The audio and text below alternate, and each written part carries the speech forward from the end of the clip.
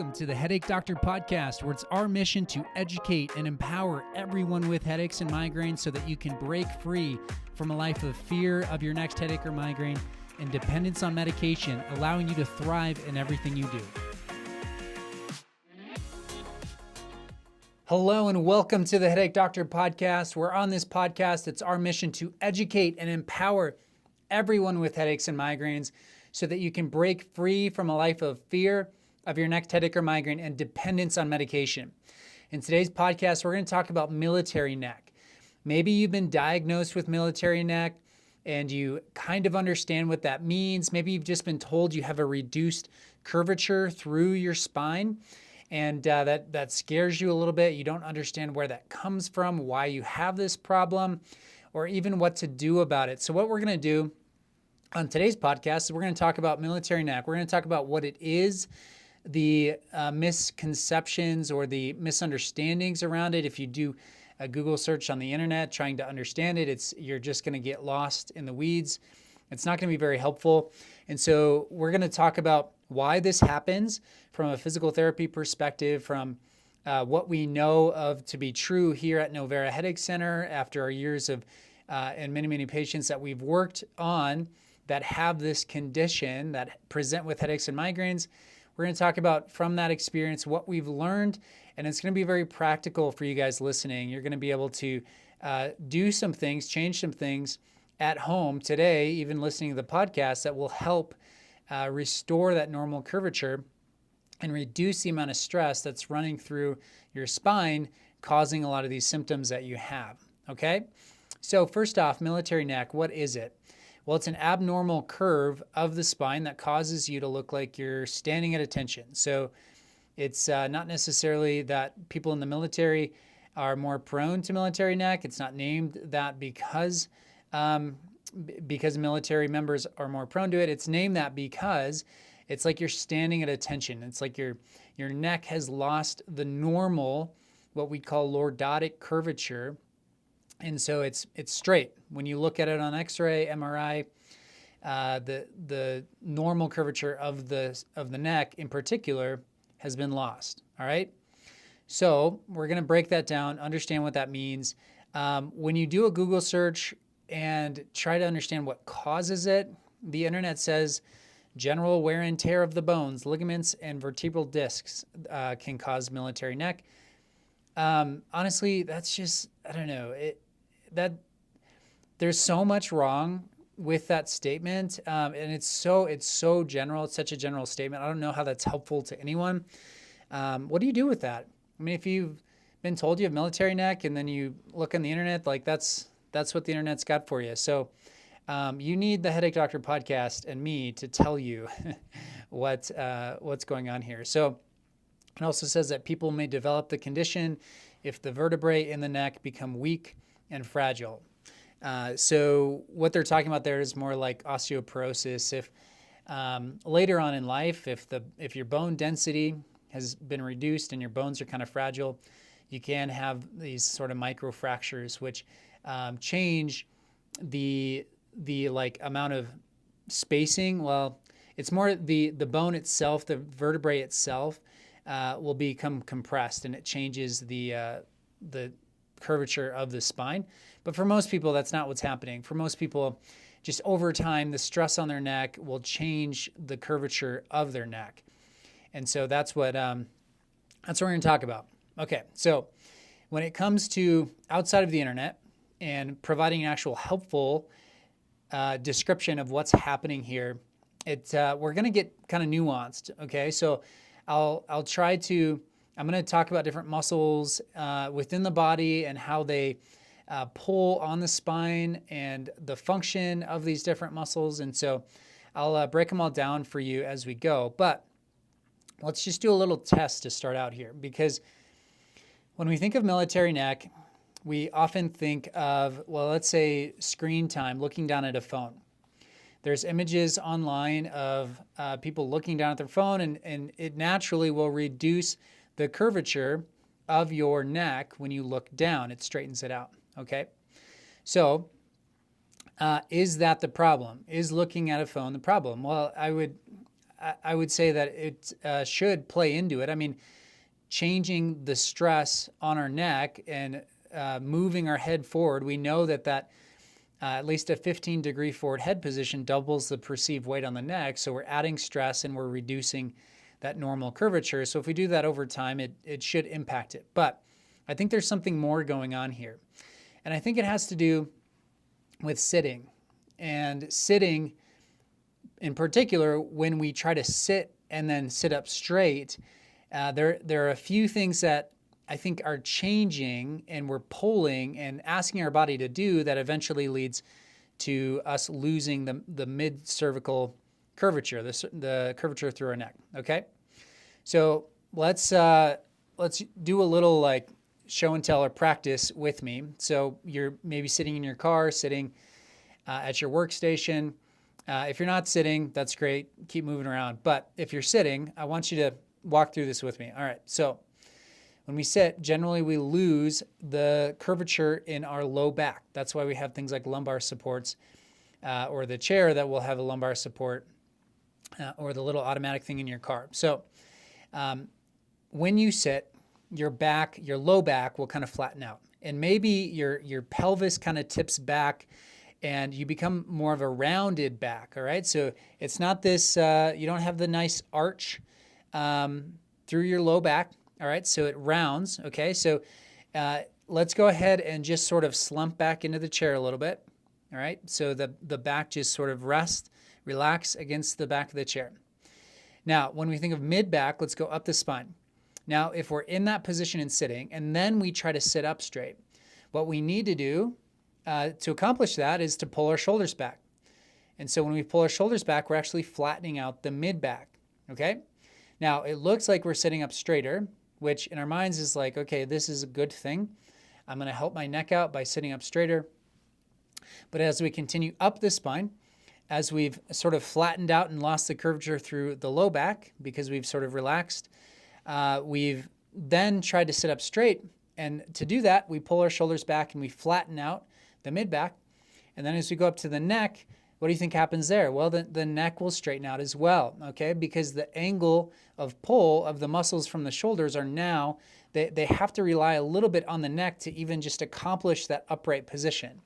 It's not a natural sort of relaxed posture to be in. And so you're accomplishing being in a good, well, I don't want to say good, but in an upright posture, all right, which everyone knows is better than being slouched or have a forward head position. But you're doing it while sacrificing sort of the normal resting position of the spine, which adds stress and tension to different muscle groups within the shoulders and ultimately to the neck, okay? And then your spine is sort of straightening out. So it's not like the low back has its curvature and so the mid back needs to lose its and then the neck loses its curvature, all right? So we're upright. We might look like we have good posture, but we've done it in a way where we're actually asking our body to do more than it should. We're asking our spine to be in a position that it wouldn't normally necessarily be in.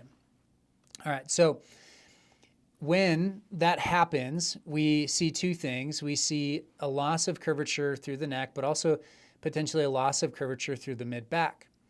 So the mid-back has to flatten out, and generally when we see this, people are aware of their posture. They've probably spent years and years or decades pulling their shoulders back, and so they're fighting this tension that's pulling their shoulders forward.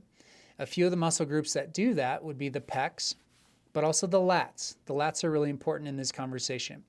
The lats run from the low back, the low back, even your sacrum, and they run all the way up kind of around the sides, and they insert into the front of our arm bone, all right? So they span the length of most of our spine past our rib cage, and then they insert into the arm bone, okay? And so when the lats are tight, it'll pull the shoulders forward, okay? Now, if we lose the normal curvature through our low back, what it does is it lengthens the lats, all right? So the low back will be lengthening the lats if we sort of slouch.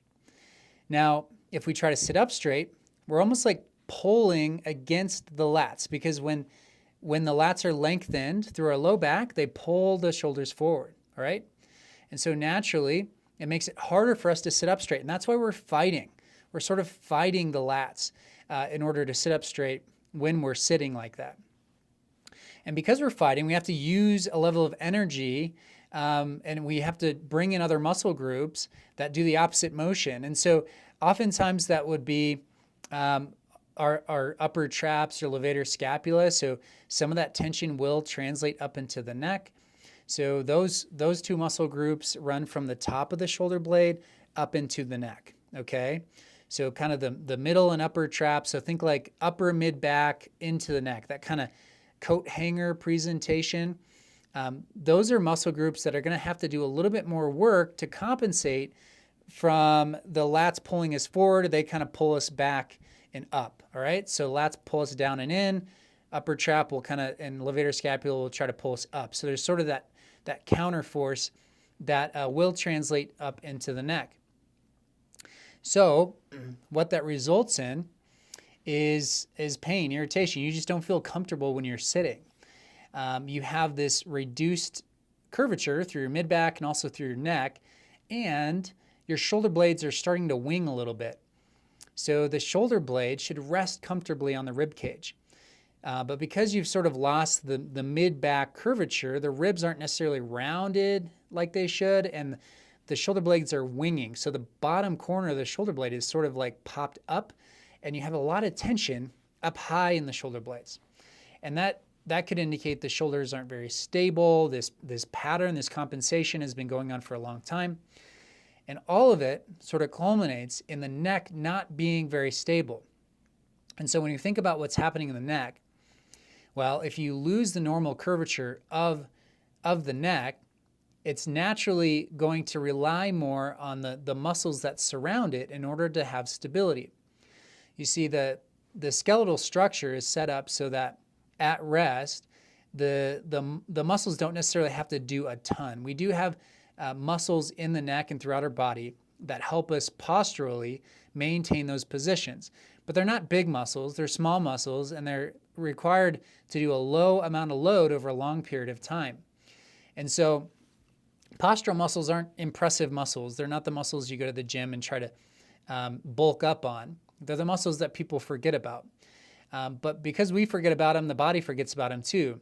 And so when we're in this position where our neck is straightened out, it's not able to rely on much as like on the natural skeletal position. And so it's relying more on muscles to hold our head up in an upright position. And those muscles would be muscles like the scalenes, which run along the side of our neck. They go from the mid to upper cervical spine into the ribs.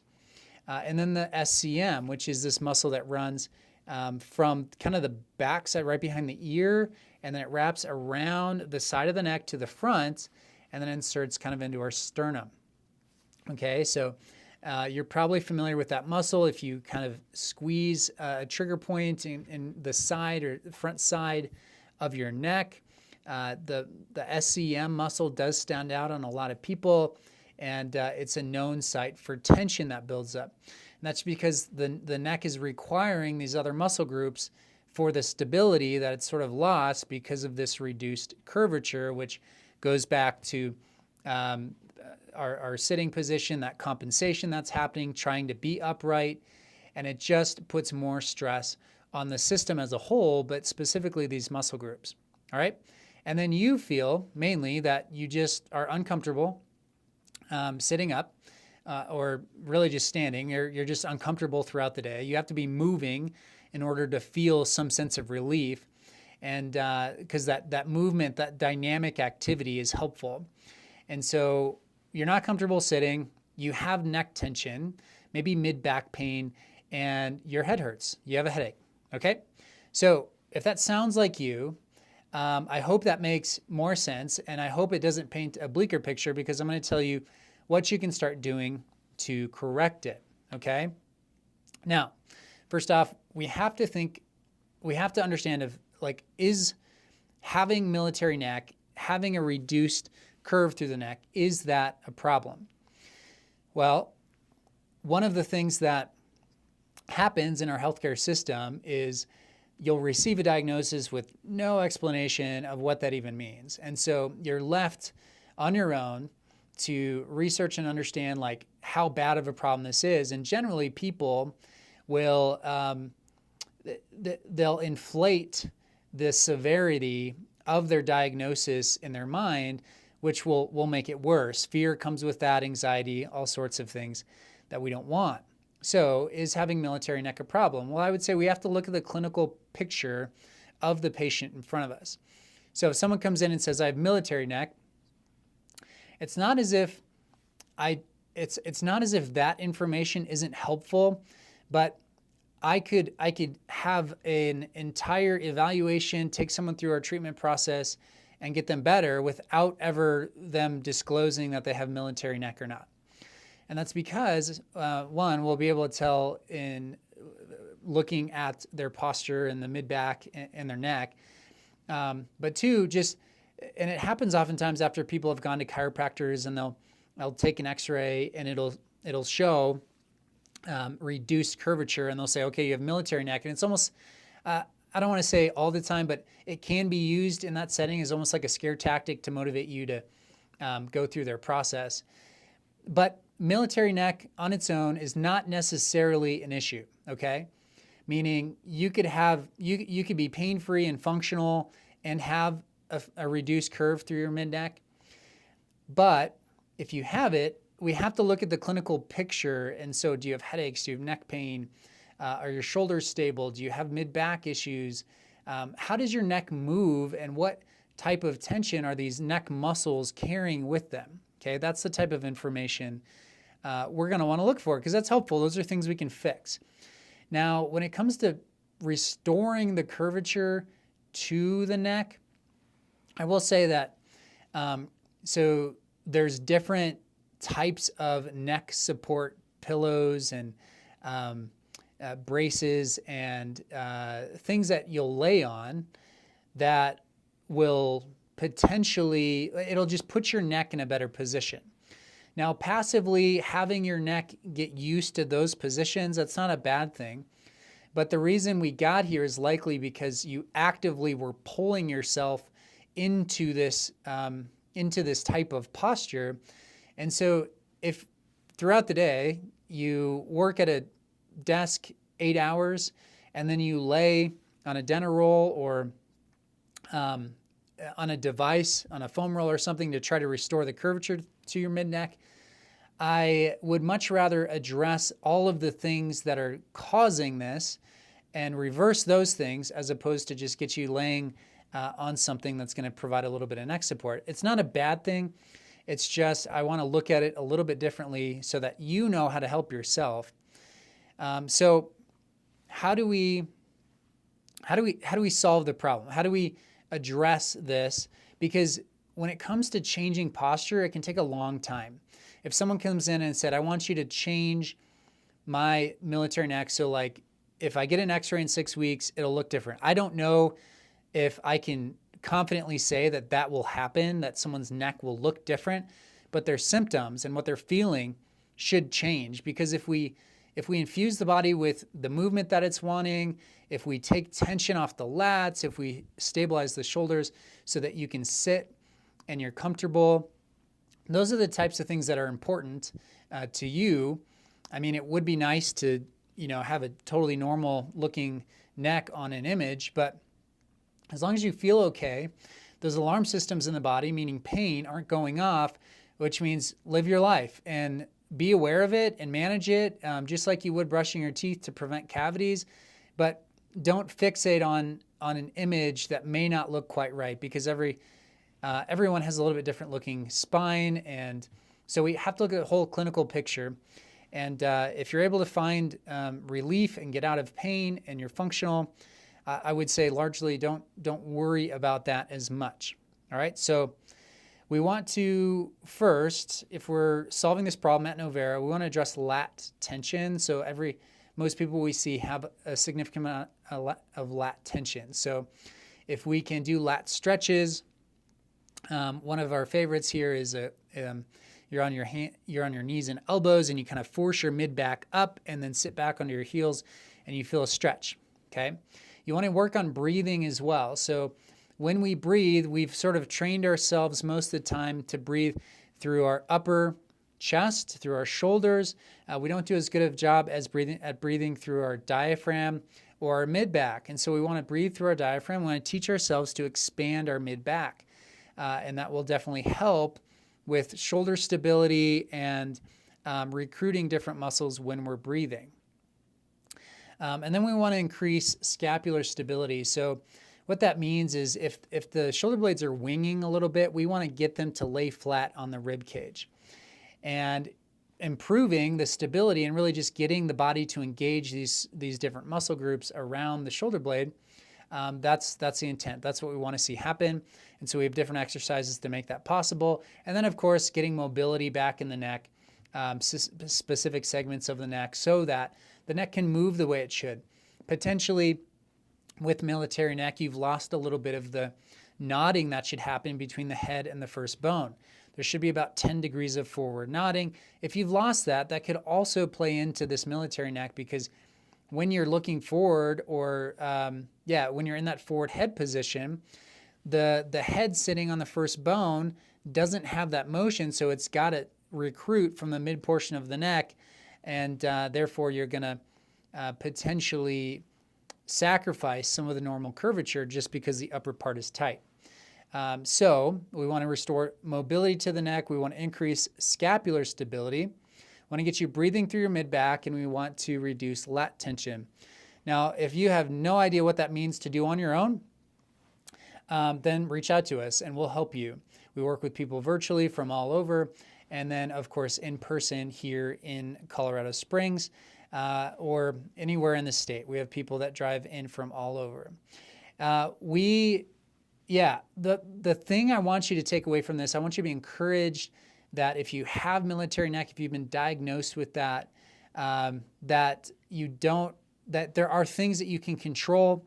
I want you to understand where that comes from. Even sitting, I want you standing more, I want you moving more, but if you are sitting, have a little bit of lumbar support so that you can more naturally sit up straight rather than fighting your lats and your pecs and just pulling everything back. I want you to be in a more relaxed, comfortable position when you're sitting. And think about symptoms. Think about how you feel. Work towards feeling better, functional, the whole clinical picture, rather than just focusing on one detail of your clinical picture, meaning your x-ray. So don't let that dictate how you feel. Pursue movement, pursue the mobility and the reduced tension. Give the body what it wants. Work with us or a physical therapist if you're not really sure what that looks like, because that's our expertise, and go from there. Have confidence. As always on this podcast, I appreciate all of you guys as the listeners. You allow me to continue to do this work, and you come from all over the country to receive treatment here. We work with you guys virtually. Many of you I will never actually work with, but maybe you've left a review or you tell your friends about this podcast. I'm very thankful for that. I want you guys to continue doing that, because this is a message. These are messages that need to get out. And as always, it's our mission to educate and empower everyone with headaches and migraines so that you can break free from a life of fear of your next headache or migraine and dependence on medication. Thanks so much for listening. I'll see you next time.